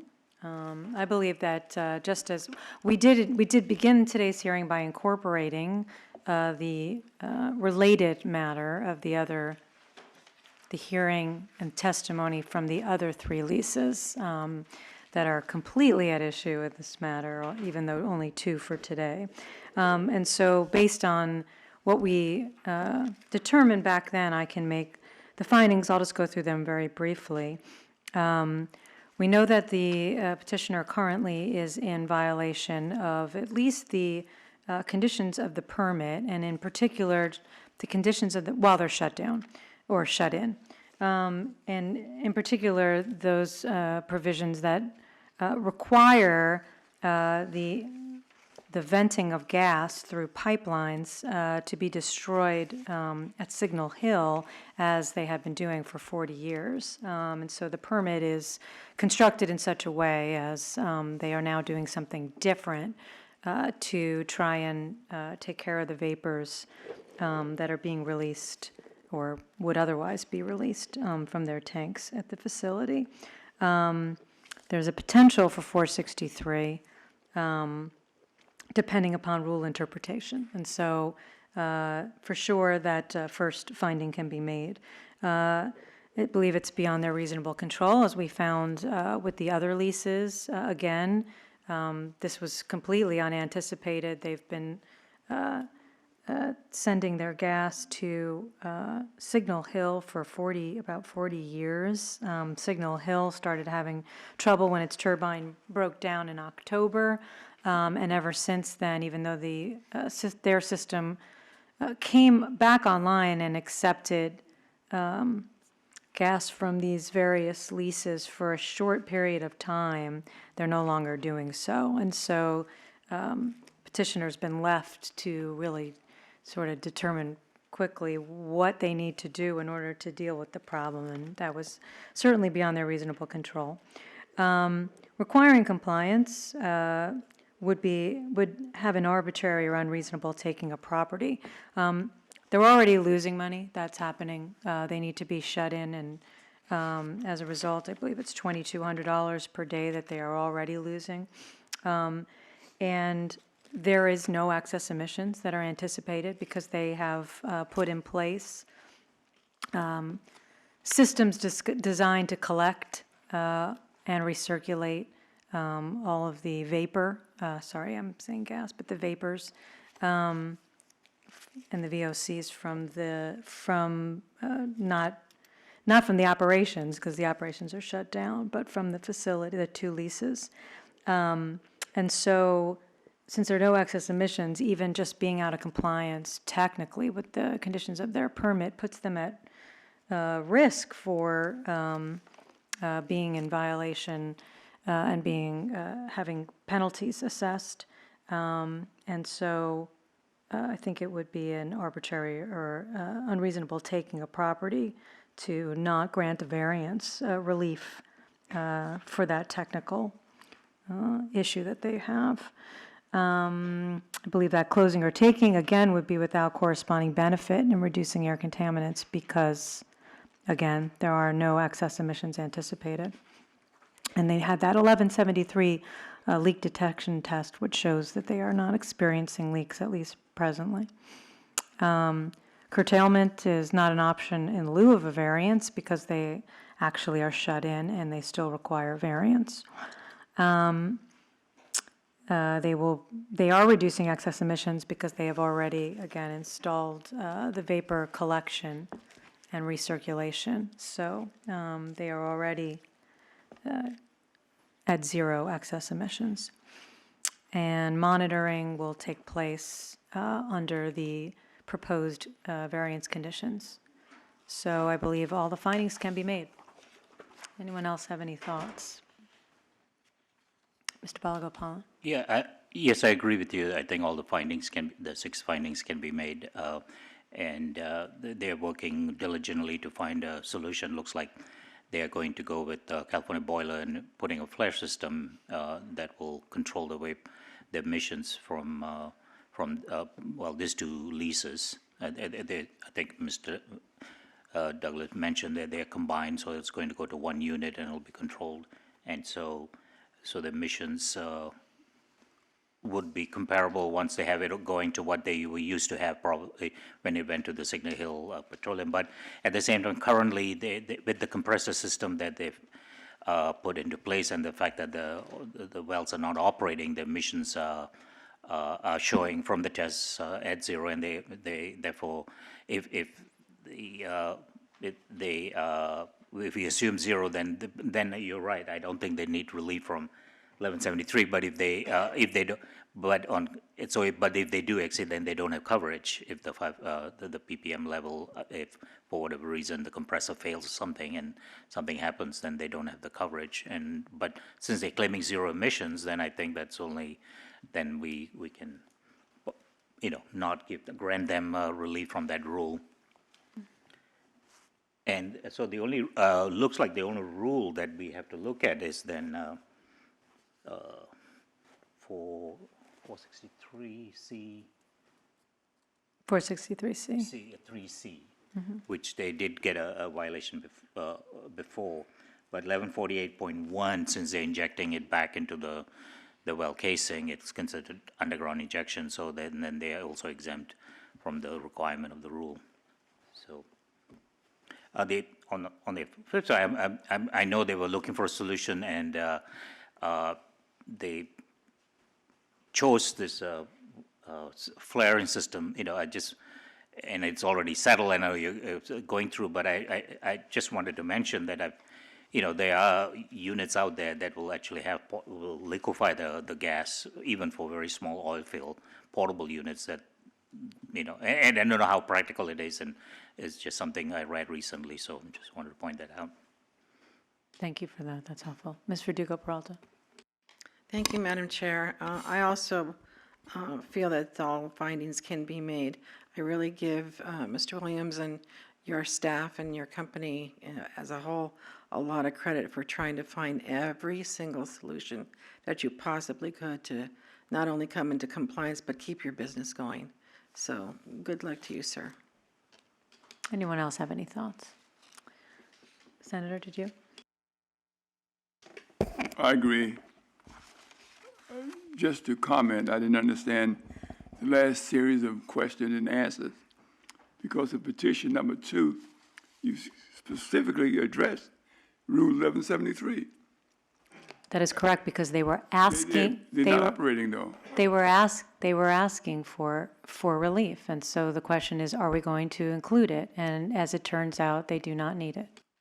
And in the petition, they just said they didn't ask for a release from that. They're asking for it on. Let's just turn to. Again, I don't know why we would want to continue to waste time on it, but exhibit number 2 lays out what they were requesting at the beginning of the hearing. And it includes 463, 1148.1, and 1173. Looking again at exhibit 2, not the petition, exhibit 2.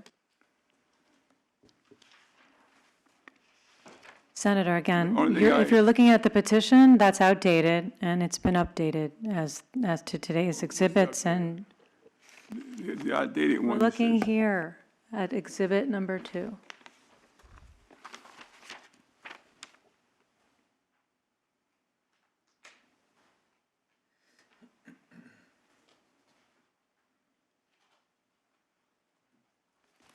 What's number 3? I'm sorry? Which one what petition were you looking at? What Today's exhibits. Exhibit what? Exhibit number 2. I'm looking at number 2. Okay. The applicable rule that's to be applied, 1173, yes, I see that. That is correct, and now they do not need it. However, if they're not operating, then it's moot. And the It reason is. why they say that, when you look at petition number 4, where they completed all these studies, Okay.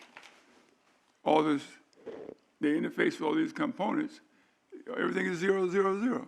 Okay, that's correct. Okay, did you have any other thoughts? Or should I make a motion? I'm ready to go.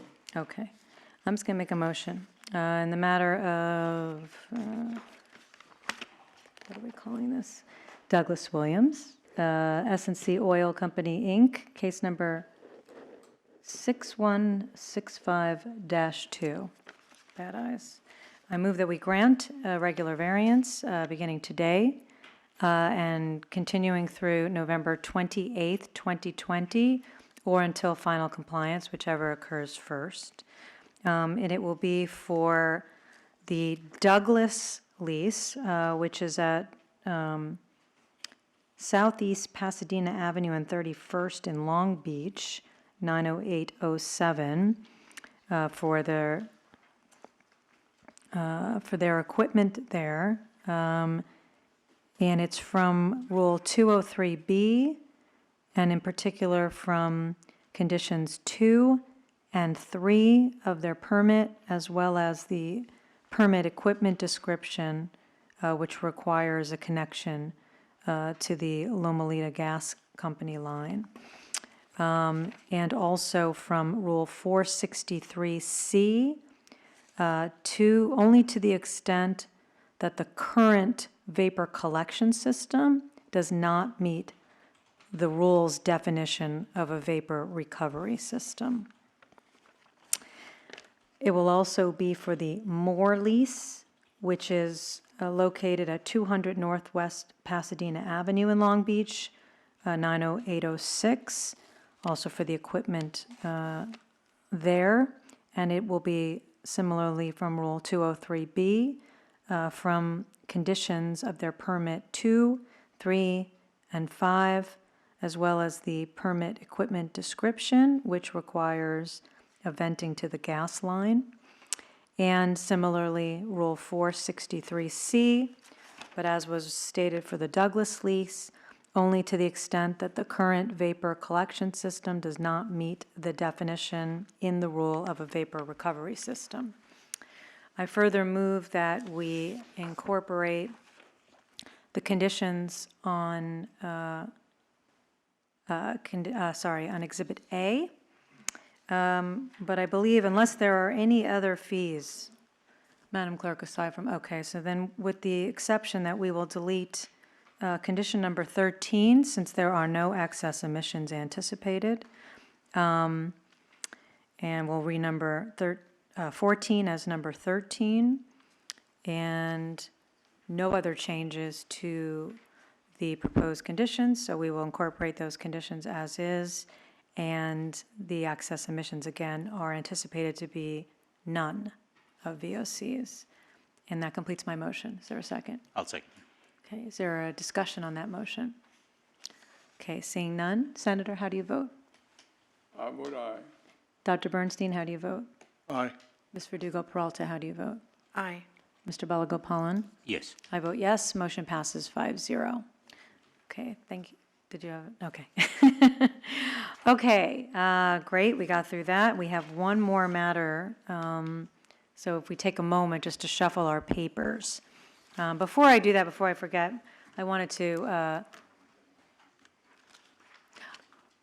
oh, and is Ms. Reichart gonna handle the, or are you going to handle it? There is no fee waiver necessary for -1 because we found no excess emissions. I'm sorry, for -2. Just for okay. All right, so then we'll go off the record just for a few moments, just to allow a shuffling of people as well as papers.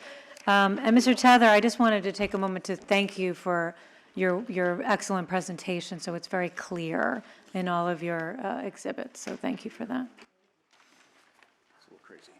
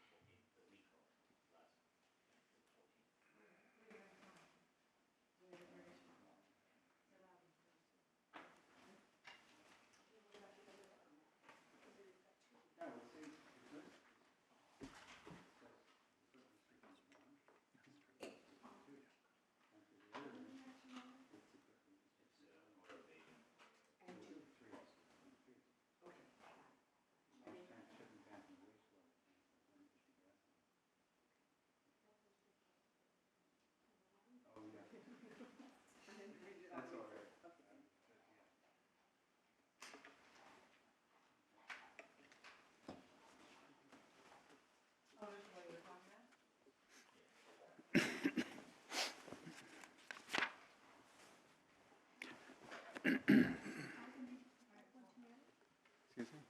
Yes, thank you. Thanks for asking.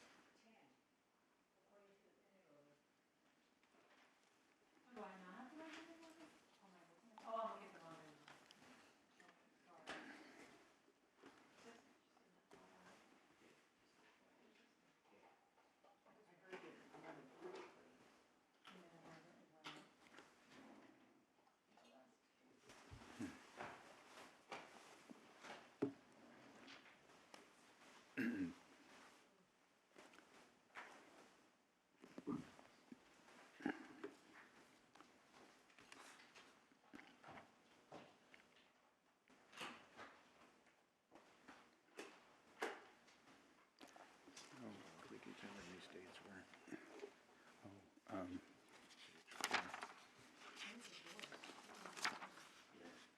8th to the 28th.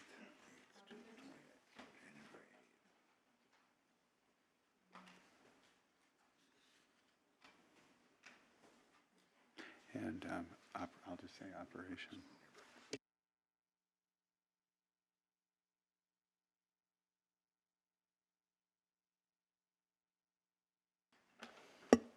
Okay, we're back on the record, and I'm going to call the second matter, which is S&C Oil Company, Inc. and JP Resources, Inc., case number 6165-1 for a fee waiver request. And again, who is representing S&C Oil today and JP? Ivan Tether for S&C Oil, sorry. Thank you. And who is representing the executive officer? Mary Reichert on behalf of the executive officer. Welcome back, Ms. Reichert. Thank you. Okay. Okay, Mr. Tether, your opening. Thank you, Madam Chair and members of the hearing board. We appreciate this opportunity. Since January 8th, 2020, our facts have changed. There are now no excess emissions. As part of that, I think we should incorporate the testimony and documents from the hearing that was just completed, particularly as it relates to the discussion of the elimination of excess emissions and the operation of the vapor collection and recirculation systems, which includes, independent of that actually, that S&C, since it is no longer sending produced gas off-site, is able to maintain the overall system pressure perhaps as much as 12 times lower than it had to maintain the system to send produced gas and vapors off-site. So we are requesting the hearing board to find that as of the time the new systems began operation, there are no excess emissions, and that fees would only be due for the period between January 8th and January 28th, when the new system began operating. And so I have, that's it for now. January 8th to January 28th. And that being, January 8th being the effective date of the variance. The dash one. And January 28th being the date the system of recovery the collection system was put in place. Was operating. Okay, thank you. Thank you. And thank you. Ms. Reichart, you're opening. Thank you. The district takes no position on the request for fee waiver. Thank you. Okay, Mr. Tether, then, we received a new petitioner's exhibit, and I understand we are up to number 10. Okay, so we are going to mark in -1, because again, we're back to -1. This has petitioner exhibit number 10. And we don't have to put your witnesses back under oath because I believe they remain under oath. So you may present whatever witness you wish.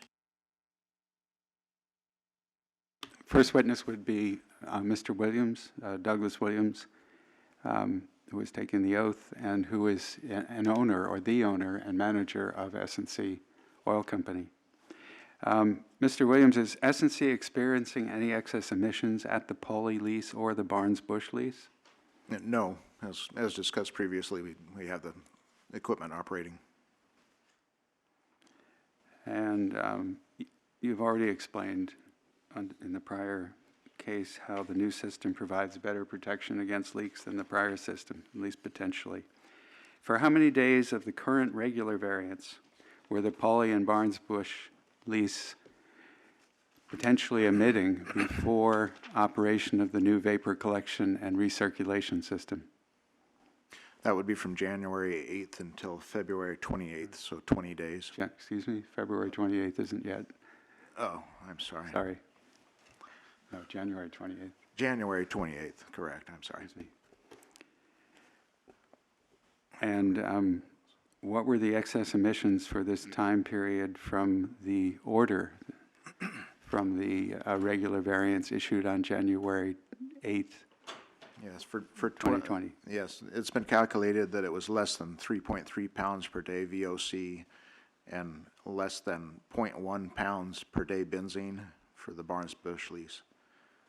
6 pounds per day VOC or less and 0.1 pounds benzene. And I guess that's for the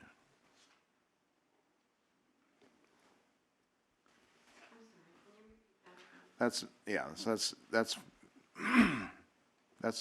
that's for the other lease, correct? Or which Yes. That's it. So the poly lease, 3.3 pounds per day VOC, less than 0.1 pounds per day benzene, and for the Barnes-Bush lease, less than 6 pounds per day VOC and 1/10 of a pound benzene.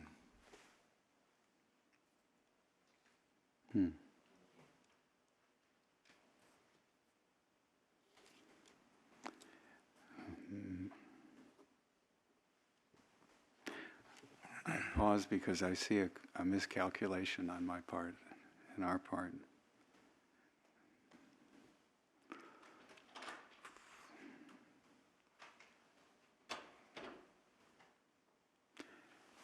we're doing to 20. 2922 plus 925. Okay.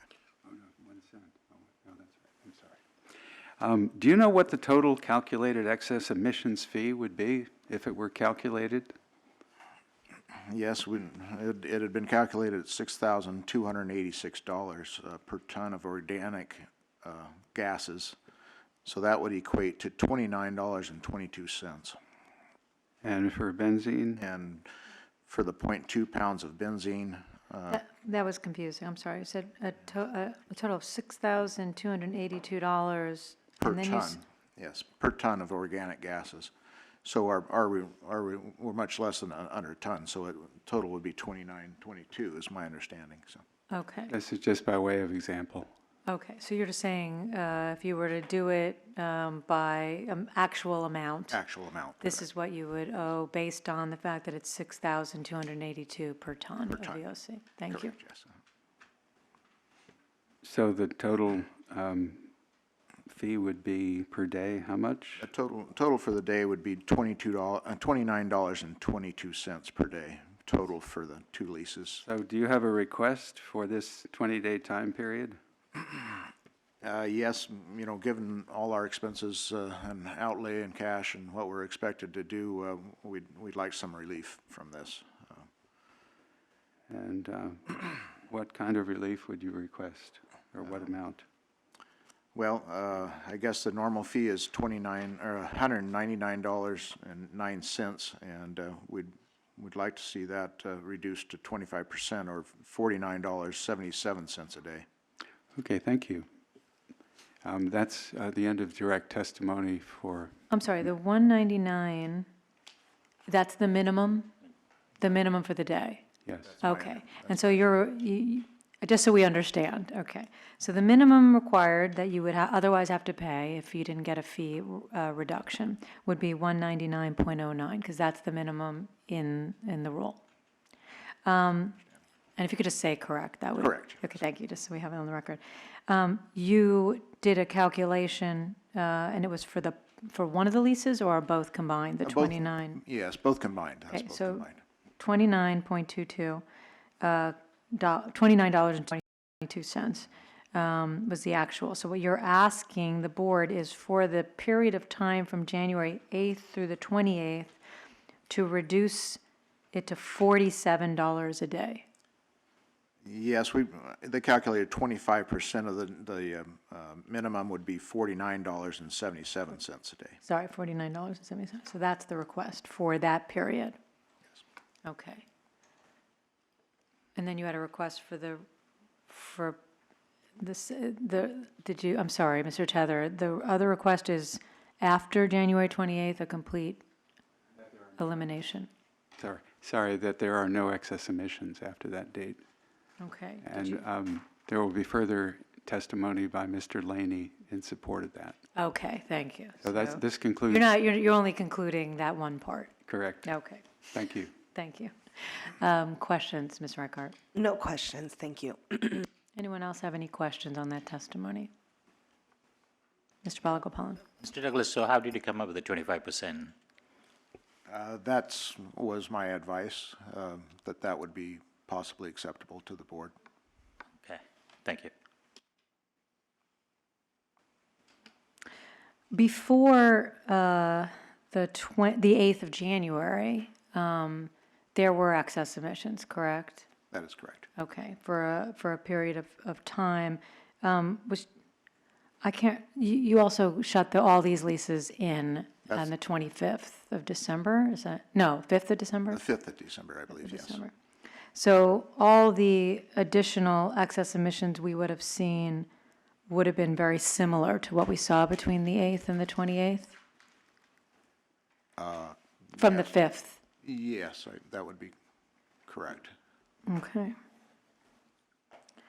And just so we understand, you are saying it's a hardship based upon the losses that you are sustaining in revenue as well as the costs that you are sustaining for your vapor collection system. That is correct as well. Okay. Any other questions on that? Okay, thank you very much. you. Mr. Tether, your next witness. Thank you, Madam Chair. My next witness is Carl Laney of Montrose Environmental, who will, We have till 25 after. discuss the Rule 1173 inspection of the two facilities, the Pauley and Barnes Bush facilities, which continued or did continue to have excess emissions but no longer do. Mr. Laney, could you please explain your background for responding to this? And then Our role for these facilities are similar to what was previously discussed this morning in the other hearing. We provide leak detection services to these facilities, and my staff is also involved in emission inventory calculations. thank you. And could you please introduce Exhibit 10 under the -1 case and describe it? Exhibit 10 reflects the Rule 1173 inspections that were conducted once again on February 7th of the two facilities in question. Report D, Form D for the Poly facility indicates that 224 components were inspected and 0 leaks were detected. For the Barnes Bush facility, another 224 components were inspected. 2 minor leaks were detected, and I'd like to remind the board, Rule 1173 does not prohibit leaks. Leaks are expected in these types of facilities. Rule 1173 has a process by which, depending on the nature of the leak, what actions must be taken to correct, report, and what ultimately constitutes a violation. In this particular facility, 2 leaks were detected. They were the smallest category of leaks defined by the rule. One was for a fitting that was unrelated to the collection system that was installed in response to the initial violation. So it was unrelated. It was elsewhere in the facility. Another leak was detected that happened to be in a compressor that was purchased for the project. The compressor did come in with a damaged O-ring or seal, and that was immediately repaired and shown then to not leak. So in terms of whether the vapor collection and recirculation system is effective in avoiding leaks or releases, what do these inspections mean? The inspections are demonstrating that if a leak was found, it was corrected. Again, that is part of the Rule 1173 program, and some leaks are expected. There's nothing unusual about the process that was installed here. Moreover, because that one leak that was detected was corrected immediately, it's demonstrating that the system is working. And again, this system is going through the same daily oversight that was previously discussed and is mandated in the variance conditions. So we are monitoring pressure on both the compressor and at the tank vapor release itself to further demonstrate that the system works. Were you initially speaking from the Forms D for the 2 leases? I was speaking from Form D for the 2 leases. Yes. And with regard to Form C for the Barnes Bush lease, does that show what you were describing in terms of leak discovery and correction? That's correct. You could see that the leak rates were below the lowest tier defined, or within the lowest tier defined in Rule 1173, a leak of less than 10,000 ppm. Compliance action occurs, I believe, with a leak at 50,000 ppm. And Form C also reiterates the corrective actions that occurred immediately upon discovery.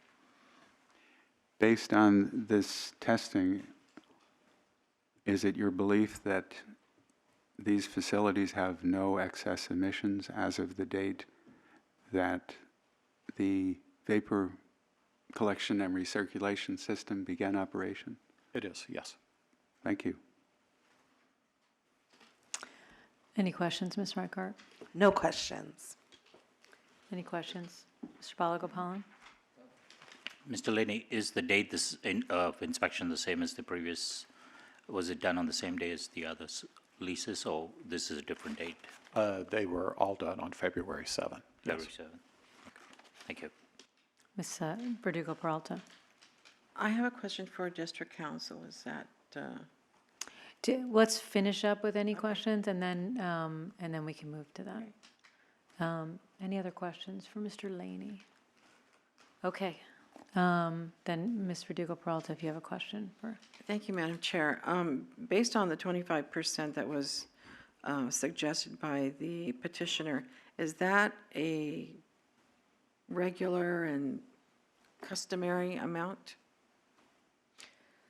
You mean for a reduction? Yes. I mean, I can't really, it really varies depending on the circumstances of the case. I mean, in my experience, the fee reduction requests vary tremendously based on the specific facts. You know, so I've had some facilities that would say, instead of the minimum, we want just what the actual emissions would cost, because they're much lower. Or, you know, if it's a case where there's a long period of time, but they only might violate, you know, 1 or 2 days within 90 days, you know, operation of an engine or something, they only want it for that day. So it really is kind of a, you know, and honestly, the chair, or, you know, might have more experience, because she's seen more cases that address fee waivers than myself. So I would say that is an acceptable, or it's not out of the ordinary as a request, but they really are fact specific. Okay, thank you. Yes, and that last statement, I think, is it's just fact specific, case specific, and whatever we determine to be reasonable. Sorry, I'm just doing a calculation.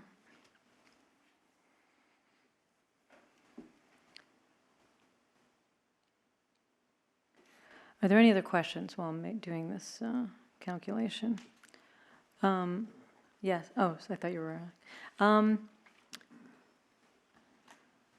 Okay. Well, we can deliberate then. The only other question I have is, so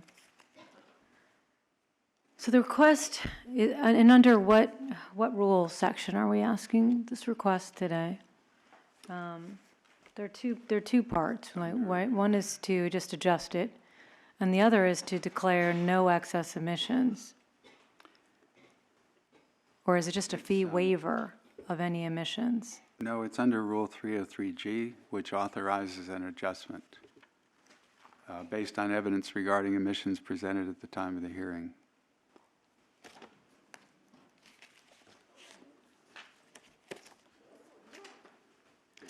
Is it possible, I wonder, moving forward, I understand that the things changed after the original case was heard, but the way excess emission fees are done is there's a form that's filled out.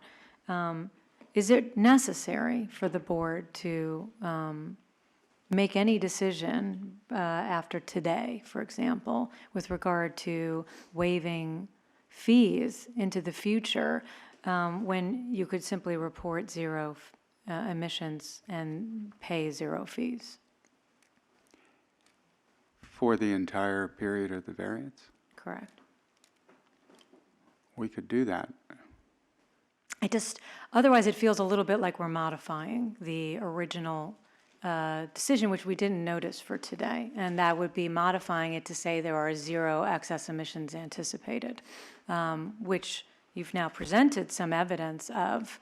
However, short of modifying it, the board could accept this evidence and state that it is similar to the evidence in the matter we heard this morning, which is -2, which is related, same equipment, and that there were no excess emissions found there.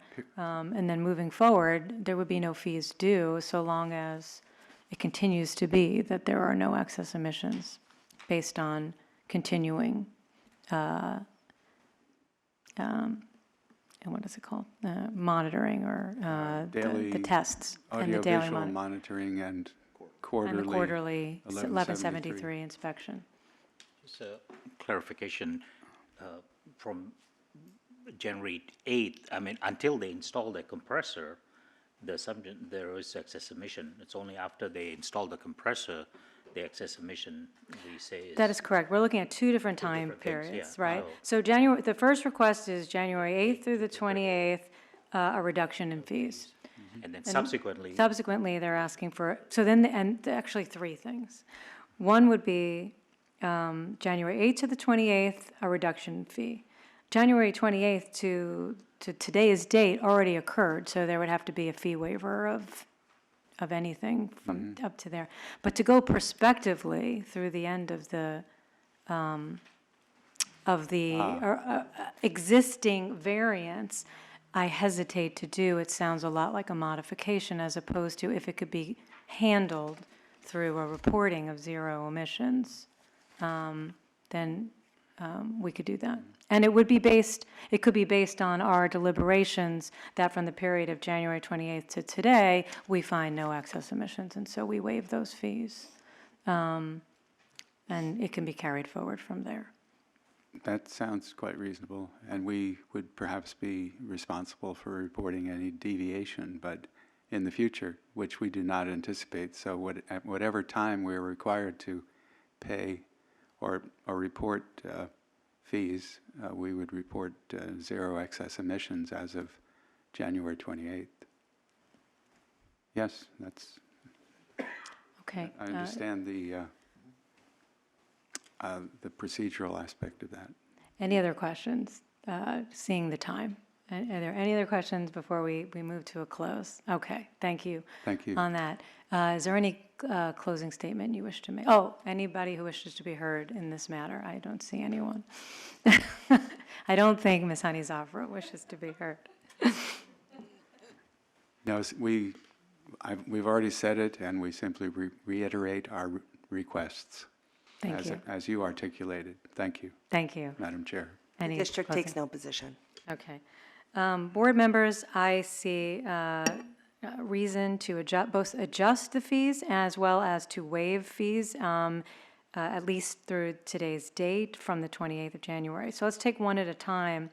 The January 8th to 28th, I would actually propose a bit of a higher number than was requested. The actual fees as quickly presented or calculated was $29.22 versus the minimum daily. And I do believe for the reasons that were presented of hardship and bringing in no money, or very little, I know there's one lease that currently is, and all the expenses that they've had to incur, that I do believe that adjustment should be made. However, I may suggest, I did very quick math, as opposed to the $49.77, which is 25%, which was really not based on much other than it sounded like something that was fair. I did do a quick calculation of the time from December 5th through January 8th, when there actually were excess emissions. I understand they were not under variance. However, those excess emissions were occurring, and that amount divided by the 20-day period would essentially put them at about $73 per day, or $73 per day, as opposed to the $49.77. I think that makes sense. I don't know if anyone else has any thoughts between the $49 amount or the $73 amount. And if not, then I'll just make a motion, and then the second part of my motion would be from the 28th to today, a fee waiver, so it would be zero for every day since. Fee waiver should be what? From the 28th to today, Should be zero. zero. Does anybody have any thoughts on that? Okay. So then I will make a motion. In the matter of S&C Oil Company, Inc., and JP Resources, Inc., case number 6165-1. I move that we grant a fee waiver adjustment as follows.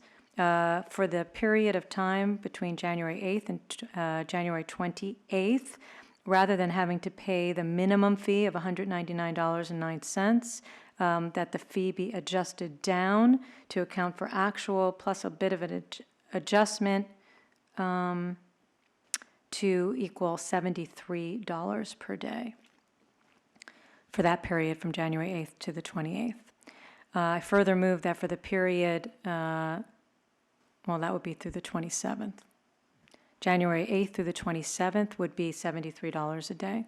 From the period January 28th, once installation occurred of the collection device, to today, which is all we can really rule on, based on the fact that we received petitioner's exhibit number 10, showing compliance, and leaks that were either no leaks or leaks that were quickly remedied and not above the threshold, that based on that, we waive the fee, so 0 from the 28th through today. Is there a second? I'll second. Okay, is there any discussion on that motion? Okay, Senator, how do you vote? Dr. Bernstein, how do you vote? Aye. Ms. Verdugo-Peralta, how do you vote? Aye. Mr. Balagopalan, how do you vote? Yes. I vote yes. Motion passes 5-0. Okay, and thank you and good luck. We were close. Okay, any other business, board members, which would be after lunch. Okay, we are adjourned.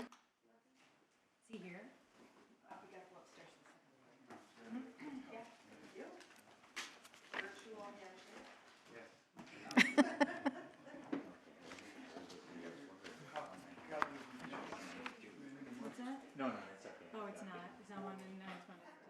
No. Mine is an older rule, 2018.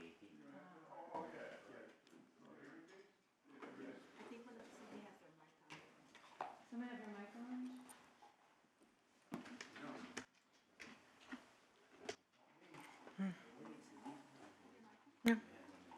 No, but the attorney was having trouble.